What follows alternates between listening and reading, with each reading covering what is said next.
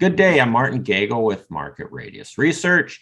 It's Wednesday, June the 1st, and we've got CEO Andrew Davidson of Royal Helium joining us. Royal Helium is an explorer and developer of helium projects.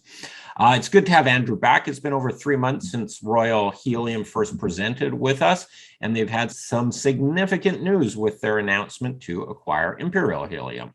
With the ongoing rise in helium prices, there's a lot of activity in the market, and Andrew is going to get us up to speed on Royal Helium's activities, Imperial Helium acquisition, and what's going on generally in the helium market. But please remember, this is neither a recommendation nor investment advice. We're here to learn about the company. Andrew, thank you very much for joining us. And yeah, let's go through your short presentation here before we get to Q&A. Sure. Thanks, Martin. I appreciate the time, and always a pleasure to be back with you, talking with your followers on what we're doing here at Royal. And it's been a busy 3 months for us. You're right about that, both for us and for the helium market in general.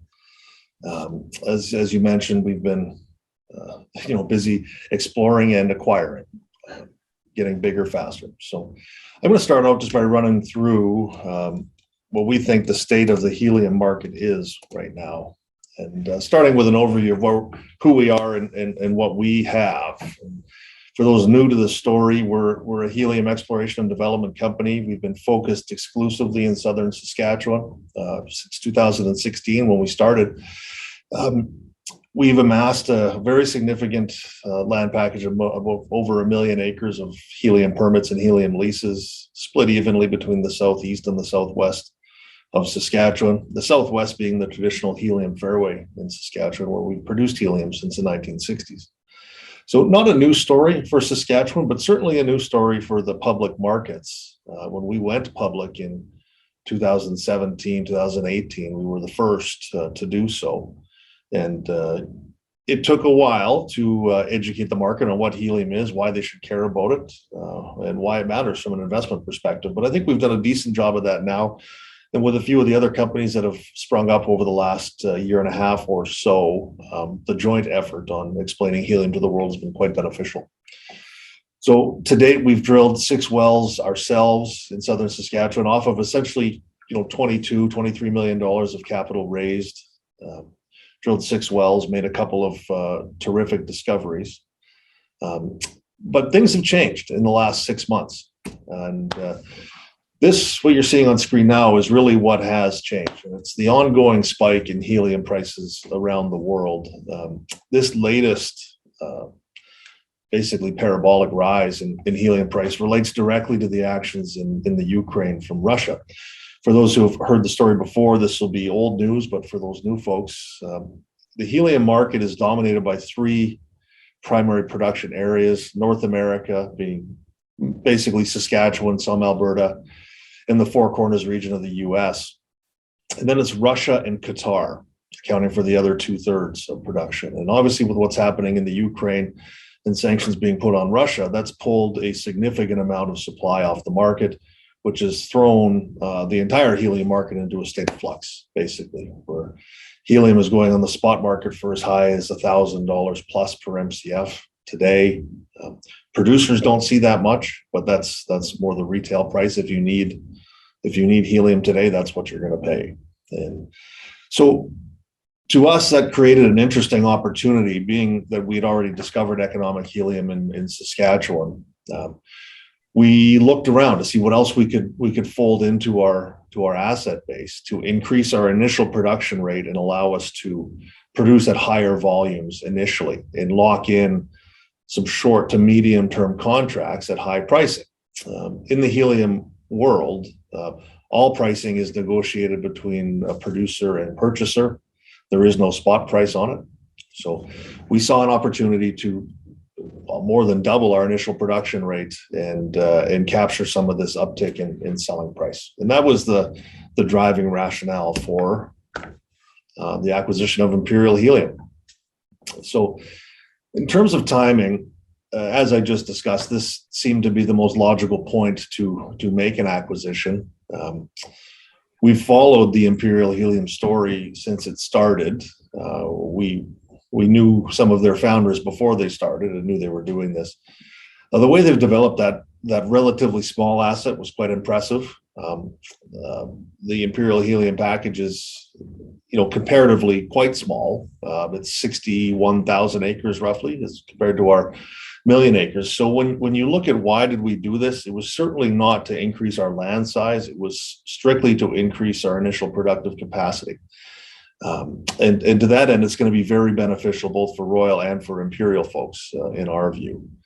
But the market turmoil drove our interest in this acquisition. If the markets were in a state of stability, if pricing was still in the 300, US dollar range, we may not have been as aggressive in going after these assets. But we saw an opportunity and we decided to jump on it, and we're happy we did. Presuming it closes, which is set to happen at the end of July. So what's in it for Royal?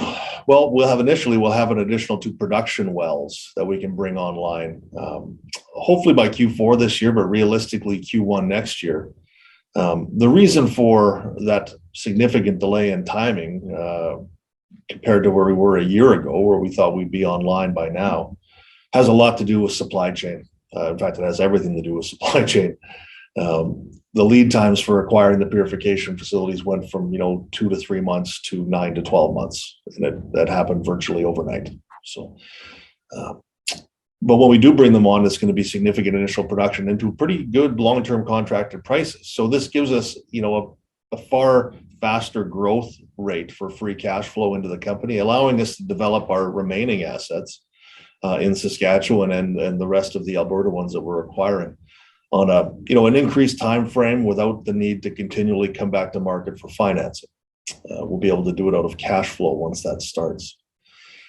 So additionally, it gives Royal a bit of a different look. It's a second jurisdiction. It's a different kind of pool, but it's a complementary asset. So a very interesting acquisition for us. On the Imperial side, clearly they get the benefit of those wells turning on, but they also get the benefit of our 1 million+ acres of exploration ground, including the pretty significant finds we've had to date at Climax and Ogama.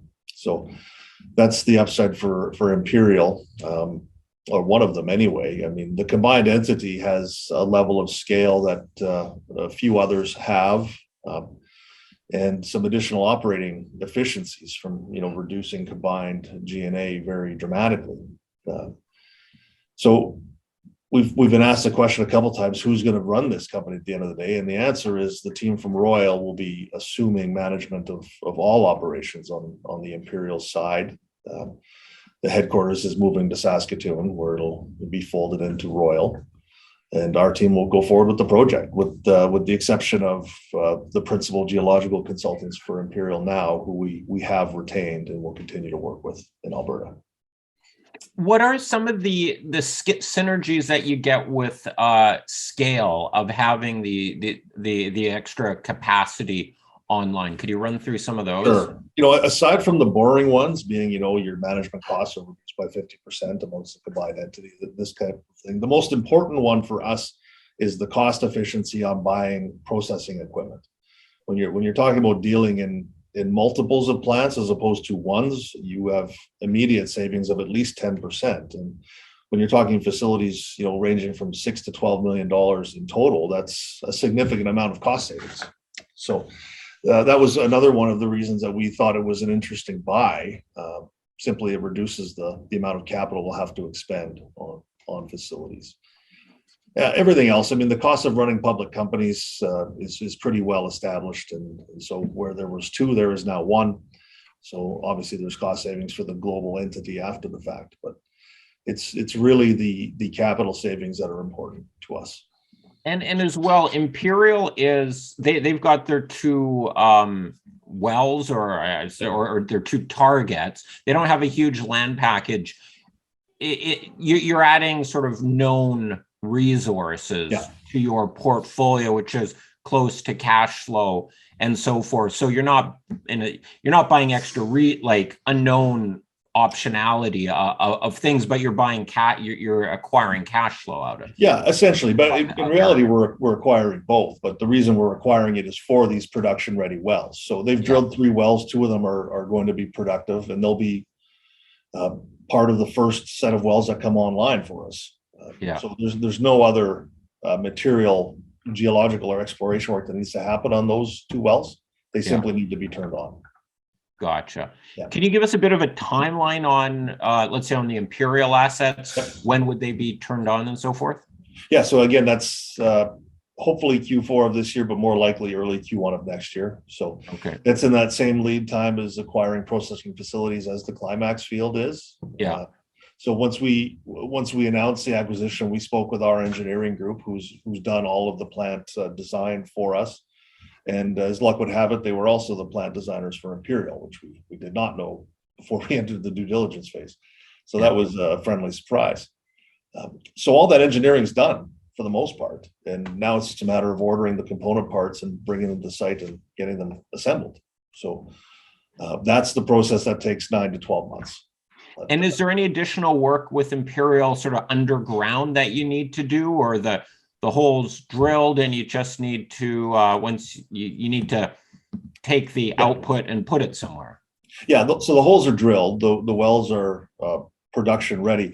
What has to happen is when you build the facility, obviously you have to pipe those wells into that facility so that the raw gas flows into it, because they're not side by side wells. They're separated by as much as I think it's less than 1 kilometer, but far enough that you need to run pipe. So all right, so basically the processing facility will be somewhere in between those two holes, and tie them in together, and boom, you've got production. And that's not rocket science, right? I mean, that's just standard operating procedure in the oil patch. So and these wells are very firmly in the middle of the oil patch. We're right near the town of Brooks, which is a major hub for oil and gas service work. It's very similar to the setup we have at Climax, being near the town of Shaunavon, which is another oil and gas service town. So it's a terrific location. Alberta is a great jurisdiction. Everybody knows that. We're partial to Saskatchewan, but Alberta is a great second jurisdiction for us. All right. Okay. So moving on from there, this is basically just a summary of what we've done to date, with a little over $20 million raised, 1 million acres of land acquired in Royal, 10 separate individual land blocks, multiple kilometers of 2D and 3D seismic. We drilled 6 wells. We have 2 more ready to go. We'll be drilling again in early July on our Val Marie asset, which is a new location for us, but a pretty known commodity in the helium space. On the Imperial side, they've raised a similar amount of money that we have. They've drilled 3 wells, 2 of them are commercial, 61,000 acres of land, which is explorable and potentially productive. There is one adjacent field to the Steveville field, which is where the 2 wells are. It's called Steveville East. We will spend some time exploring there and hopefully drilling a couple of exploration and production wells in the next 12 months. But the focus remains bringing these wells online. So this is our development path. It's plant 1 and plant 2. 1 going in Saskatchewan to service Climax, 2 going into Steveville to service the Steveville assets in Alberta, Steveville being the asset package of Imperial.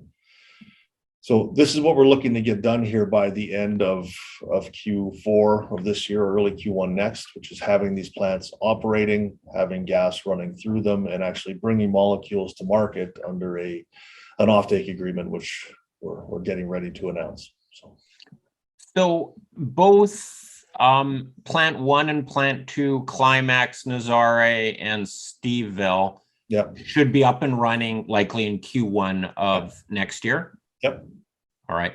And on the Climax Nazare side, what steps need to be still done there? The Nazare is in modeling phase. Yep. Yeah, and so that's almost completed. We've got initial reports there, which we're not going to discuss, but everything looks positive. But that's a separate, to a great degree, that's a separate play unto its own. So it's more conventional zones, which are higher up, that we'll be producing from at Climax initially. So we've got a couple we could produce from now. We'll likely drill 2 more based on the 3D seismic we just completed at Climax, and have those ready for production by Q1 as well. All right. Yeah. Okay. And Val Marie is another story. I mean, It's likely too far to feed into plant number one, but we'll see what type of productive capacity it throws at us when we drill it here in July. So it's another wild card. And then we have the assets over in the more south central southeast, namely the 2 wells we drilled over at Ogama, which produced some of our higher helium content to date. The testing. Sorry, the Ogama and the Bengo. Those are Royal assets or Imperial assets? Royals. The only Imperial assets on the screen are the Steveville assets. Okay, that's what I thought. Everything else is Royal. Yeah. So we drilled 2 wells at Ogama, and again, we recovered some of the highest helium concentrations to date there. We're not done testing those 2 wells. We have a minor rights issue with the provincial government, which we're dealing with. It'll be solved in our favor shortly, but it's just been a little delay. So I know a lot of people are asking what's happening with Ogama. That's what's happening with Ogama. We're just in the middle of negotiating with the provincial government, and negotiating is probably the wrong term, because we're not arguing with each other. We're just finding a solution to a problem that is regulatory in nature and stems back to the 60s when these regs were written. So okay, yeah, so it's not an issue. They're just having to rewrite a couple of things in the regs, and they're doing that. So we hope to be back there in July as well, and then we can get those zones tested and then decide what we're going to do, if we're going to be moving a 3rd plant there right away or not. Yeah, it certainly looks positive though. And can you talk about, you mentioned supply chain issues as well? You're in the heart of oil and gas country, and with these energy prices, I'm thinking the service companies are pretty darn busy right now. So how challenging is it for you to get into queue or get to the front of the queue? It's exceptionally challenging right now. I mean, the Val Marie wells that we're looking to drill now in early July were originally slated for early May, and then early June, and now early July. And the issue is, when you're drilling a single well program like we're doing at Val Marie, it's tough to get service companies and drilling companies to leave a 20 well program for Crescent Point, for example, or Vermilion, to come and drill 1 well for us. So finding that window has been challenging, but we have found it now. It's just later than we would have liked. And the issue on the service side is 100% to do with a shortage of people, not a shortage of equipment. There's lots of iron sitting around that is not being used because they don't have qualified people to run it. So that's the issue that we're seeing in the oil patch, and in the helium patch as well, I suppose. So, yeah. All right. Okay. Yeah. So in terms of who's using the gas, that is, it's unchanged, but the names keep getting more and more interesting the more you look at it. So these are some of the larger consumers of helium in North America. GE Hitachi, obviously on the MRI side, NASA, SpaceX, obviously on the space exploration side. And then you've got all the microchip companies and the streaming companies, like Amazon, Netflix, and Google were some of the largest consumers in 2021, using it as a coolant in their server farms. So it's become an ever more interesting sector to be involved with. What we've seen with the shortages now, what's being dubbed by helium shortage 4.0 by Phil Kornbluth, who's one of the leading experts in the helium market in North America, is these companies who would deal exclusively or almost exclusively with industrial gas majors historically are moving down market and coming straight to producer, looking to secure a source of gas. And the reason they're doing that is, as gas has come offline from Russia, they're being allocated the limited lot of helium remaining and not getting as much as they require. And so they're trying to diversify some of their supply chain risk by dealing directly with a producer as opposed to just an intermediary. So it's been an interesting time. We get phone calls from companies that you would not think have the phone number for Royal Helium. But helium can't be replaced. If you do not have it, if you've been shorted on your supply, you are shutting down. There's no two ways about it. So, and it's an element. You can't just sort of find a new way to kind of can't create it. So there's nothing that does what it does. So really, and that's all I wanted to run through for today. I think the most important part of this talk is going to be answering some questions that the audience may have or that you may have. All right. Well, we've got a bunch of questions here queued up, so why don't we go through that and start a bit of a question, a conversation here. So everyone, yeah, please type in your questions, and we will get to that. So I'm just going to read them out, and we may have kind of hit upon them already, but I'll give you a chance to reiterate and maybe clarify some points. Yep. Can you give a timeline when production will commence? If not, specify reasons. Yeah, well, I've done that here. We're Q4, Q1, and that just is what it is. So yeah, it's unfortunate that it's taking that long, but it's happening in real time. So, all right. Yeah. Have you got the purification equipment ordered, and what is the date it's supposed to arrive and be installed and ready for production? Yeah, so the answer to that is yes and no. There are portions where the answer is yes and portions where it's no. The timeline of it arriving, it's not a long assembly time period when it gets to site. Again, that's the right way to say this. It's not enormously complex, but it is quite complex. But it's essentially building a gas plant with a different purpose, and those are built all the time. So yeah, and you're buying equipment and kind of welding it and plugging it together, not to oversimplify, but a little bit like Lego. You get the parts, you stick them together, and then you're more or less. I mean, right. Yeah, it's, that would be the simplest way to describe it. So, all right, okay, and you mentioned you haven't ordered all the equipment yet. Is that due to those have shorter timelines and it's not necessary at this point, or? Yeah, so a lot of it is that, and a lot of it is just vendor choice.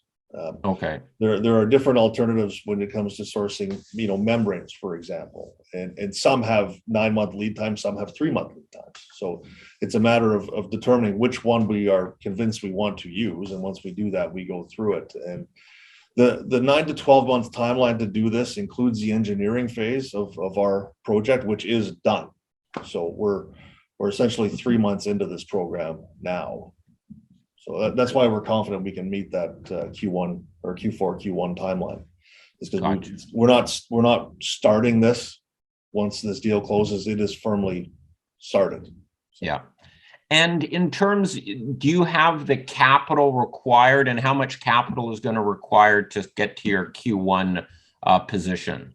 Yeah, I mean, the pricing on these things is actually somewhat standardized, I guess, maybe one way to put it. It's about $1 million per million cubic feet of raw gas is what these things cost. So we're looking somewhere in the $12 million mark to get these things, if we were to buy them for cash. Yeah, 12 to 18, depending if we order 2 or 3. We don't intend to buy them for cash. I mean, there are alternative sources of financing for these, including vendor financing, where you start paying for them once they're installed and operating. Yeah. Almost a lease to own basis. So we don't anticipate having to come to market to put a full cash offer down on this equipment. All right. There are multiple options. And I think most of our shareholders will like that answer because, financing, $12 to $18 million at 38 cents does not sound super appealing. Yeah. And these are cash flow producing assets. Yeah. So it's that sounds like sort of financeable equipment to me. It very much is, yes. Yeah. And I mean, there's traditional equipment finance that you would think of, and then there's more alternative equipment finance, whether it be, project dilution or selling a royalty on the asset to finance the cost of bringing it online. And we do have that ability, given that our royalty in Saskatchewan is only 4.25%. So there's a lot of wiggle room there, but I don't necessarily want to do that on these first ones. I'd really rather bring them online with a more standardized project financing basis. Yeah. But the option. Right.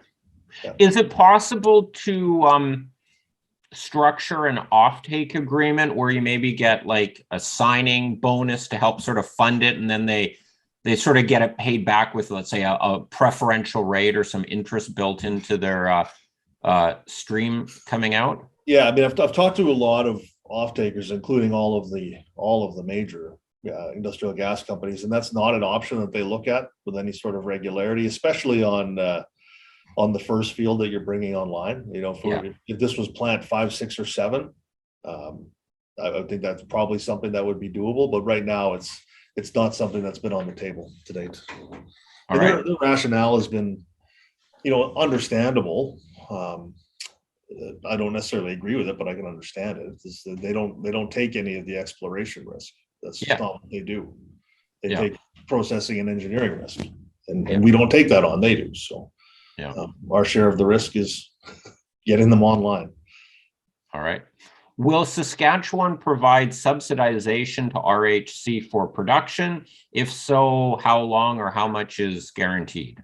Yeah, the answer is yes. And it's not just for production, it's for a number of different things. So, for example, part of the Helium Action Plan has to do with innovation. And so the work we've done on our Nazare zone is qualified under that program. And so we're in the process now of completing our first submission into the action plan program, which will result in a repayment back to us of actual.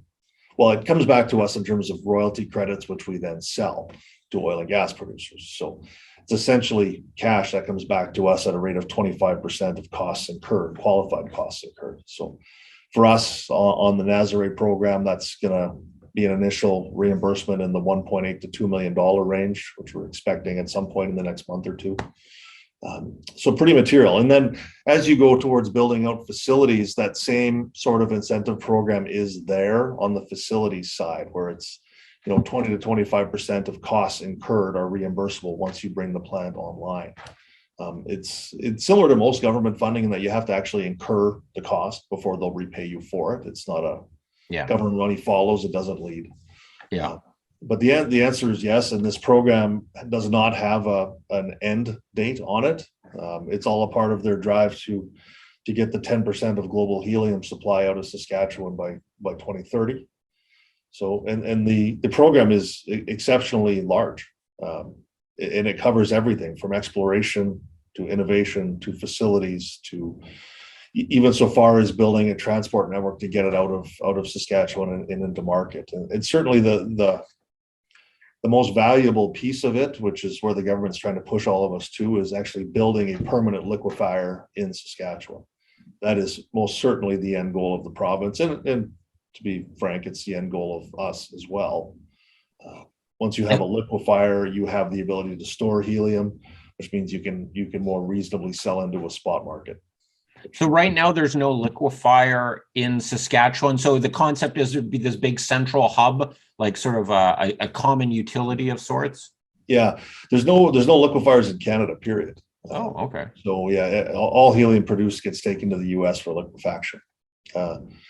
So the concept is to build essentially a helium hub, similar to how Edmonton's building a hydrogen hub and so forth. And the likely location of it is in southwestern Saskatchewan. It makes a lot of sense. And for us, it would be a terrific location because it's pretty central to both the Alberta asset and the Climax asset we have in Saskatchewan now, where you produce gas out of the wells, you run it through your facility to upgrade it, then you take it to the liquefier, it gets liquefied there, and then you can sell it anywhere in the world. Yeah. Because when it's compressed, is there some leakage given the helium molecules are so tiny? But when it's liquefied, there's not that same kind of leakage. Exactly right. When it's liquefied, it's stable. You can contain it. As a gas, even in the purpose-built canisters that it moves in, it will eventually leak out of those. So long-term storage as a gas is not at surface anyway. It's not something that can be easily done. Yeah. So that's why generally everything goes to get liquefied, not because the end user needs liquid helium, because you need the ability to store it and move it. Yeah, and it's way smaller. Per truck, you can haul way more that way, right? Yeah, exactly. All right, can you please clarify how the Q4 or Q1 production estimates is derived given the quoted 9 to 12 month plant lead time puts you in Q2 or Q3 best case if things were ordered today? Yeah, so I think I've answered that a little bit by saying that we're already in that process. As part of that lead time is the actual engineering and design, which is done. All right. And the longer lead time equipment, you've ordered that stuff already? No, not all of it, no, but what we're being quoted from our engineering companies and their procurement side is that, yes, this is firmly doable. Okay. And within that timeline. Yeah. Within that timeline. Yeah. All right. When is the engineering report from U of R going to be completed? You haven't given a timeline or updated the total resource identified. Yeah, no, we have not. And we're giving Dr. Zhao as much time as he needs. I'll say this, he's run over 200 different scenario models on the program so far. We have some initial results, which are not in a reportable form, just internal draft things. So we're hoping end of June, but realistically, probably mid-July is when we would expect to guide the market to when to expect that announcement. Everything looks very, very positive out of the initial numbers. It looks like there's going to be multiple options for how best to produce from that zone, in a matter of selecting which option makes the most economic sense. So, and that's a large part of finalizing that report. All right. With the plant engineering work done as indicated, can you indicate plant throughput capacity of raw gas and plant cost? Does the 9-12 month estimate include commissioning through saleable production? Yes, it does include that. And the size of the plants that have been engineered are between 5 to 10 million cubic feet in Saskatchewan and 10 to 15 million cubic feet on the Alberta side. All right. Did I understand the initial completion of Climax will not be in the Nazare formation? Does this initial estimate of 2 to 6 BCF of helium from the Nazare still hold? Oh, absolutely. Yeah, it's a great question, because we've never talked about the productive capacity of the more conventional zones. And and that's probably just a function of us getting distracted by the enormous resource that we found down in Nazare. But so everything that we were talking about producing above the Nazare zone is over and above the 2.5 to 6 BCF of helium found in Nazare. So we don't have a number yet on what we would put on the conventional zones at Climax, but again, it's over and above the 2.5 to 6 BCF that we talked about with Nazare. All right, and then the second part of this, since the public release of data, well logs, and tests for the Climax area, it's hard to see where the 2 to 6 number comes from. Okay, not to us. Okay. Not to us, but that's a study in engineering. Yeah. Anything else? I mean, we're quite confident, and again, those numbers were internally generated, but they were internally generated by engineers with a very, very long track record of success, and it has not been shot down by any of the other engineers who have looked at us either in due diligence periods or just from a resource review standpoint. All right. We're very confident. In fact, it's probably low, given that we were working off of very limited 2D seismic defining the structure size. We have now massively increased the seismic coverage area and changed it from 2D to 3D. So I would expect that we would have to have some level of increase, but we have not done that yet. All right. Previously indicated that 4 Royal wells were ready to produce pending only off-taking plant. Can you indicate which wells? Well, we've got 4 at Climax, so that's a pretty simple answer. 1, 2, 3, and 4. And we still have not secured the offtake in final form, and we do not have a facility at site. So I would suggest that statement still holds. All right. Do you have production estimate volumes from your current wells? Yes, that's why we're ordering a plant with a minimum of 5 million cubic feet of inflow. Okay, and that's your estimated production level. Yep. All right. How close is Regina University team to releasing their results on modeling? Yeah, so we just covered that with on the Nazare zone. So again, we've given Dr. Zhao as much time as he needs on this, because it is frankly an exceptionally important part of our future development. We want to make sure we get this right.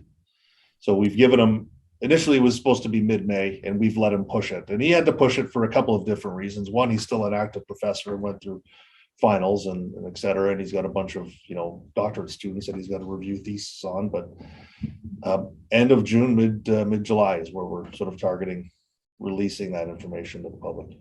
And again, it looks as though we're going to have many, many options for how we want to complete that, as opposed to if we can. It looks like it's no longer an if issue. Yeah. All right. And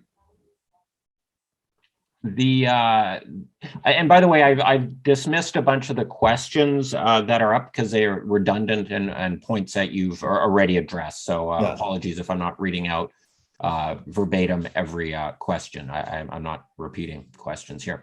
So the wells that aren't helium economical, will they be completed and produced with a hydrocarbon model, whether Royal operated or another energy producer nearby? Yeah, I guess the short answer to that is yes, definitely. If there's an economic gas down there that is not helium, we will look to monetize that for sure.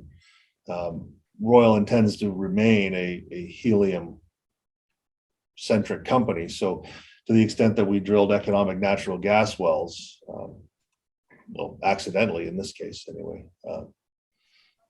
we would look for a partner to take them and produce them, and we would either sell them directly or look to joint venture on them and hold a residual interest. But I think it'd be foolish not to monetize whatever amount of gas comes out of the ground. All right. There's a question here on incentives or grants from the provincial governments. We've addressed, you addressed that before, right? Nothing to add to there. We should talk about Ken Fry's question about, is this a scam? All right. I'll ask a question here. Do you write anything down? Sounds like he's flying by the seat of his pants. Well, I don't have notes in front of me, but I do know my stuff better than just about anyone in this industry. So I'm able to answer any question right off the cuff, but I appreciate the concern. All right. Have you looked into federal grants through NRCan, specifically the Clean Growth Program, since Royal is replacing hydrocarbon helium with green helium? Yeah, we've looked at this with a couple of different groups. One of the leading ones being Deloitte, the large accounting firm, more than accounting, I suppose. And there is no one program that fits helium perfectly, which has been challenging. So there's a bunch of steps to go through up front that you'd have to go through to see if you qualify. And we haven't bothered going through those yet. Once the incentive programs rolled out for Saskatchewan, it seemed a far better use of our time to make sure that we're wrapping up under those. Once we have the ability to staff up in a material way, we can certainly go back and review those other NRCan proposals, which are available, and they have been used in other sectors in Saskatchewan. I know the big geothermal power project in southern Saskatchewan has benefited greatly from NRCan. So to the extent that we can, we will. We just haven't yet. All right. What is the approximate revenue at 400 US per MCF for the two plants once operational? I don't know that number off the top of my head because we don't model using that number, but essentially what we've always worked with here is a model based on 250 Canadian dollars per MCF, and those pay out about $3.5 million a year, so per well. So you'd have to more than double that. What is your strategy going to be in terms of, are you going to try to do offtake for the whole production, or maybe lock in some offtake for a portion of it and then try to sort of sell on the spot market for sort of at premium prices, see if you can sort of find some niche opportunities and score some higher prices in the short term? Yeah, no, the answer is it's a mix. And that's one of the reasons we like adding the Imperial Helium assets to ours, is that it gives us the ability to split the offtake agreements between shorter term and longer term. which gives us a solid base of cash flows that are predictable over the 5 to 10 year timeline off longer term production contracts, but benefiting greatly from the near term pricing at one of those two fields. So the contracts that we've been looking into on the long term side are in sort of the $200 to $300 US for 5+ years. Shorter term is significantly higher than that. It's, $400-500 US per MCF. And so the ability to produce from two different fields and benefit from both types of contracts really just guarantees a higher average price per molecule sold. And that's what we're trying to do, is have the benefit of long-term stability while benefiting from the short-term price spikes. All right. A question about the drilling method and approach based on U of Regina is complete, ? Again, so that's the program with Dr. Zhao at the University of Regina. So again, with over 200 different scenario models run, from verticals to horizontals, with a mile long, 300 meter long horizontal legs, one leg, multiple legs, one frac stage, 32 frac stages, and everywhere in between. There is a mix of results in that package that proves to be economic at a modeling scale. So now it's a matter of selecting which one we think is the most impactful economically on a practical scale. So that's what we're going to be doing over the next month and a half as he finishes that report, is selecting that choice. So it's not done yet. So he's going to come to you with probably a handful of scenario A, B, C, D, E, and F. And this is like the most expensive one. You get everything out of it, but there's some negative economics. And then, so and this is riskier, but big payoff. So you'll have a choice of sort of how to approach the drilling given. Yeah, that's right. And so the actual selection will be a mix of risk and economic benefit. So obviously the bigger the well you drill, so say we drill a well with 4 mile long horizontal legs off of one wellbore. I mean, that's going to produce a lot of gas, but it's also going to cost a lot of money. Yeah. So finding the mix between, one leg or 4 legs is what we have to go through now. And a lot of that comes down to just pricing. Like, what is it going to cost to drill these things? Yeah. And then I guess it also depends on what kind of if you can lock in $500 pricing, then it creates all sorts of opportunities. But if it's a lower price, then that changes the scenario. And the only safe way to do that is to model off the lower price. Yeah. You need to establish at what level you have a pricing floor. Yeah. And go from there. So when we model it out, that'll be how we do it. When we do the actual economic modeling, that's how we're going to do it. Yeah. Question here on can you confirm offtake agreements? You're negotiating them, but you don't have anything locked down. Yep. As soon as we have it signed, you're going to hear about it. Yeah. And are the offtake partners, are they waiting? Would they theoretically sign an offtake with you at this point? Or would they want to see, like, they don't have to wait till the plant's commissioned or anything, or wait for a few kind of more milestones to come in before they'd be willing to sign on the line? No, they're comfortable now. Okay. Yeah.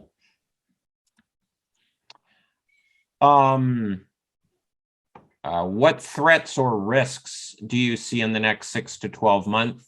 Will you be more aggressive moving forward with future wells and growth? Yeah, I think the principal risk that we face and that everyone faces is going to remain supply chain. It's the big delays that we're all dealing with now, or we're dealing with specifically. So if that gets materially better, obviously all of our timelines get compressed, which is great. If things get worse, if the world gets weirder, then obviously things get worse. But we can't control that. I mean, we're taking all appropriate steps now to make sure that we've got these things in the queue and that we're firmly in line to get this equipment as soon as it's available. And we're scouring North America looking for redundant assets that exist out there that we could just simply acquire. I mean, if there's an idle gas plant that has all the equipment we need, we'll look at it. And again, that would rapidly speed up the program. But that's the principal risk. There's obviously market risk, but in this case, I'm talking about public market risk, not necessarily commodity market risk. Yeah. If the stock markets go into major recession territory, I mean, it's going to be tough to get anything financed going forward. Yeah. That is what it is. We don't control that. We control what we can control. I don't see a lot of risk on the helium pricing side. I don't think that these price spikes will remain. I think this is a one-off that we're seeing now based on strange global political events. So when we model, we frankly haven't changed our modeling pricing scenario. So we're still using the 250 Canadian as our modeling price for all of our wells. All right. So, and is do you have a sense of like, okay, there's some short-term contracts that are at crazy prices, but when new offtakes are being negotiated right now, do you have a sense of what sort of long-term offtake price is being used in the market right now? Yeah, for sure. So for our negotiations with the longer term guys, we have very good visibility on that. And again, it's with a floor price. Every contract I've seen has a floor price of $200 US per MCF for the longer term, with flexibility within it. But that would be the absolute floor. All right. When is the IHC transaction expected to close if successful? And is the plan still to wait with ordering until the acquisition closes? Yeah, I guess it would be a little getting ahead of yourself to order equipment for that, and if the deal has yeah, I mean, we're expecting it. We're expecting it to close successfully in mid-July. The shareholder vote for it is July 12th. Okay. It's a plan of arrangement, so it's going in front of the court system in BC this week for its initial review. Once blessed, the information circular goes out to the shareholders of Imperial. They then vote on the 12th, and then it has to go back to the court of BC for final approval, which is, well, I don't want to say a rubber stamp, but it's essentially a rubber stamp exercise at that point. And then it closes. And we're going to have good visibility on the vote early on in this process. So we're not going to wait until it actually closes to order this stuff. Yeah. Once we have comfort over the vote, we will go ahead and pull the trigger. And we've got 15% of the vote locked up through management and directors and insiders. Yeah. So, and in any shareholder vote scenario, 30% would be an exceptionally high turnout number. So, all right, using that as a guideline, we're already most of the way there. All right. All right, that one is done here. Regarding the Climax facility, are you looking for external capital to complete this? What does timing look on construction? I think we've kind of hit all those. We have, but it's a good question. So I'll just go over it again. We're looking at all options for financing that project, the construction of the facility side, whether that be equity capital, which we certainly do not prefer, or some level of vendor financing or alternative credit facility financing, being a royalty sale or joint venture interest sale. So those are the options we're looking at. That process is underway now. It is live now. So to answer your question, Connor, the answer is now. So, all right. Throughput capacity of Climax and Steveville. Yep, 5 to 10 at Climax, 10 to 15 at Steveville. All right. The company has plans to grow to 30 to 40 wells over the next 3 years. Can you describe your vision for what that looks like? And I guess I'm just going to add to that. Do you need to get more land, or you think that is part of the million land that you have already? Yeah, it's part of the million we have now, and frankly, it's far more likely that we let go of land than we add more land. Okay. Yeah, I mean, as we go through and do exploration drilling, if we find areas that don't look economic, we'll simply cut them off and let them go. There's no benefit to holding enormous acreage of land if you can't make it productive. Yeah. What is the holding cost on this land? Well, they're exceptionally low. I mean, it for us in our million acres, it costs us about $300,000 a year to hold. Oh, okay. So it's pretty low, but it's not nothing. So, is there any of the land where, just for sort of cash flow terms, you would maybe sell off some economical land packages just so you can get some cash to help sort of non-dilutively fund the rest of the business? Maybe it's strategically located near some other guys and it's worth more to them than it is to you. You would have to be a very special situation for us to do that. I mean, it's been discussed before from sort of larger oil companies looking to take an interest in it, and they would like not to buy it outright, but to buy a joint venture interest in it. And these would be in areas where they're more comfortable operating. So that would, think more southeast Saskatchewan than southwest. Yeah. So it's an option, but it's certainly not leading our activities list. All right. But I think I want to make sure we answer I don't think we got to the formal answer on how we're going to drill this thing out and how we see it. The 30 to 40 wells is going to be off existing lands, and it's going to be starting at Climax, where we think we can drill out another 10 to 12 wells there, excluding the Nazare stuff. This is just into the conventional zones. And then as we step out into Val-Marie, we're drilling one there in July. And if that's successful, we'll look to drill one or two more there. Again, we just completed a seismic run there as well. And it looks like there's multiple targets there. We still have 2 permits over at Bengoff, which are awaiting some environmental approval. And that's just studies that we have to do in the spring and in the fall over animals, basically, whether or not there's endangered species in the area. So there's 2 more there, but basically we're going to go land block by land block, drilling 1 or 2 exploration wells, followed up by infill drilling if successful. So you get there pretty quickly, and with the cash flows that come off of these wells once they're online, it becomes pretty easy to do. All right. What is the expected combined flow rate of the Climax conventional zones that will be fed into the plant once commissioned? Again, we're going to be targeting the 5 to 10 million cubic feet a day combined from the wells that feed into that. So initially, we're looking at 3 to 4 wells that flow into one facility at Climax. So, all right. Eastern Saskatchewan is the richest helium. What is the richest possible percentages, I guess, you would expect to find there? Yeah, he's correct. I mean, the highest helium rates that have been tested historically are in southeastern Saskatchewan, and they do lie underneath Royal's ground. And so 2.75 near the town of Francis is the highest that we've seen. That is one of our land blocks. So it's one of our higher priority exploration areas. We're the first group that's really developing in the southeast on the helium side. There are a few players that have picked up some ground now. We drilled the first 2 purpose-drilled helium wells in southeastern Saskatchewan near Ogama. And it's the reason why we didn't start there. We started closer to the traditional helium fairway in the southwest. We're happy we did. Everything's worked out swimmingly there.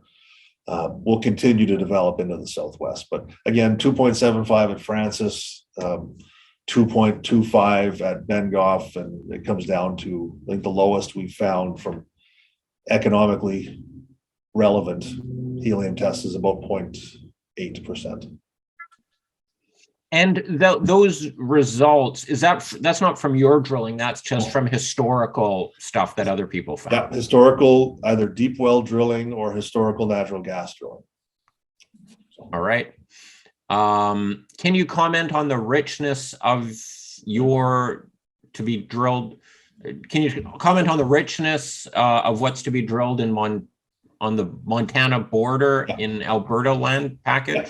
No, I know what he's getting at, because Okay. it's relevant both to the Saskatchewan side and the Alberta side as it relates to Montana, which the feature that is theorized to be driving most of this helium is the Bowden Dome, which underlies Val-Marie and feeds both into Montana and then up through Alberta and Saskatchewan. So the helium percentages we're seeing there are quite good. They're in the 3% range, and that's a number that we're seeing sort of directly south of us into Montana below Val-Marie. On the Alberta side, it's roughly the same. I think the folks at Avanti Energy have drilled a couple good wells there in northwestern Montana, just under Alberta, in the Napan area, where they've hit wells that are 1% and above. So that would be the range we would expect to see. All right, and our final question here. Will Nazare require another or a separate plant? Not necessarily. Likely what will happen is Nazare is going to take a little bit of time to develop. Think, a year out between when we get the results to when we have a well that's producing and online there. And in that time, we think we'll be at the position where we need to build a permanent facility at Climax and then move the mobile facility somewhere else. So once that permanent facility is there, it's going to be able to service as many wells as we can drill in the Climax area. So the answer is a definite maybe. All right. Do you have time for a couple more questions that popped up here, or should we? Yeah, I got 5 more minutes. Let's get through them. All right.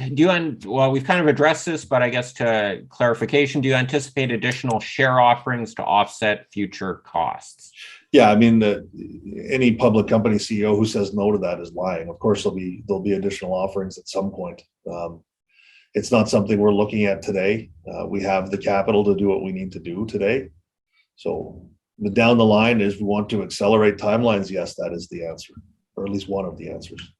Gotcha. There's a bit of a longer question here. I guess someone's feeling a little frustrated that, let's say, plans have changed a lot over the last couple of years, flipping and flopping and so forth in your plans as things have evolved.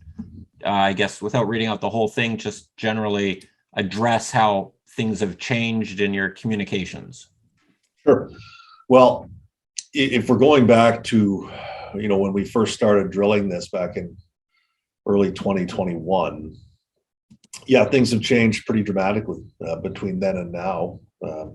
One, we've actually drilled wells. We have a better understanding now of the timelines. There was a little pandemic issue that came up that caused some real supply chain challenges that moved timelines from 3 months to 9 to 12. Again, we can't control that. When we drilled Nazare in Climax number 3 and then subsequently in Climax 4, that changed our focus immediately, as it would have any company. We drilled 100 meters of high concentration helium, and we shifted focus strict to that. So when we completed the frac on the vertical well and found it to be successful, but then also determined that we're going to have to likely drill horizontal to make these economic producers in this level, that caused delays. And, that should be expected when there's a shift in a project. There are going to be delays, and we don't like them, but they're a reality. And we just try to make them as short as possible. We've engaged some of the best engineers and geologists and in Western Canada to help us get through this on a reasonable timeline. In terms of people thinking that our story is a scam, I would welcome everyone to pour deeply into our track record and show me where the scam lies. We've raised $23 million and spent 20 of it drilling wells and developing a helium field in southern Saskatchewan, and now acquiring another helium field in southeastern Alberta. We're a lot of things, but a scam is not one of them. All right, and one final question. If Val-Mary is successful, would that require another plant? Yeah, likely yes. It's about 60 kilometers away from Climax, so that's a long pipe run. So we would need to service that. And so that just becomes a question of when do we want to bring that on? So once you've discovered that and drilled it out and proved that there's an economic production zone, it doesn't mean you have to put a plant on it right away. It may be better to wait for a couple months until we have another 2 plants we need to order. So that's just a timeline issue. But given the physical location of it, yes, we would order another mobile facility. Gotcha. And I guess just to clarify, can you maybe walk us through the expected milestones over the next, 6 to 9 months? You've got, I guess the next big news would be the modeling data, then the Imperial Helium vote. Can you just sort of walk us through the expected timeline here? Sure. So between now and the vote, we are hopeful that we'll have the Nazare modeling data complete and communicated to the world. We expect we'll have our initial offtake agreement signed and communicated to the world. We expect we'll be able to announce that we've ordered facilities firmly and given more definitive timeline. Andrew, sorry. Yes. Are you expecting to get the offtake done before the Imperial vote? Yes. Oh, okay. Oh, so it's that short order. We're expecting something here. Okay. Yeah. I mean, we've gone back and forth. Our lawyers on both sides have reviewed the contract. It's at signature stage. So, all right. Yeah. So we've got a lot of stuff happening. Yeah. Sorry, I interrupted you. I just wanted to get clarification on that. So the modeling, the offtake, the vote, and then the equipment, the fact that we'll be drilling again at Val Marie. We hope we'll have an answer on the rights at Ogama in this time frame as well. There's a lot of things happening.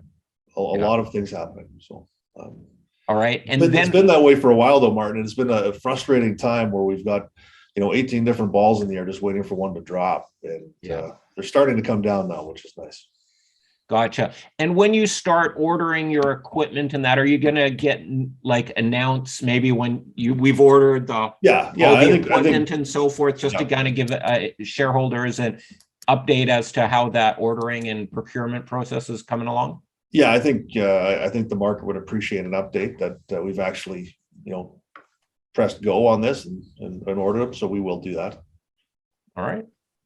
It seems the right thing to do. So. All right, Andrew, I think we've done an hour here. I answered a ton of questions. So that's great. Thank you very much for your time. And looks like it's going to be a very busy 6 to 8 weeks here coming forward. Absolutely. No, I appreciate the time and the audience. They're great questions, some better than others, but generally good questions. So. All right. Thanks a lot, Andrew. Thank you. Have a great day, and we'll talk again soon. Cheers.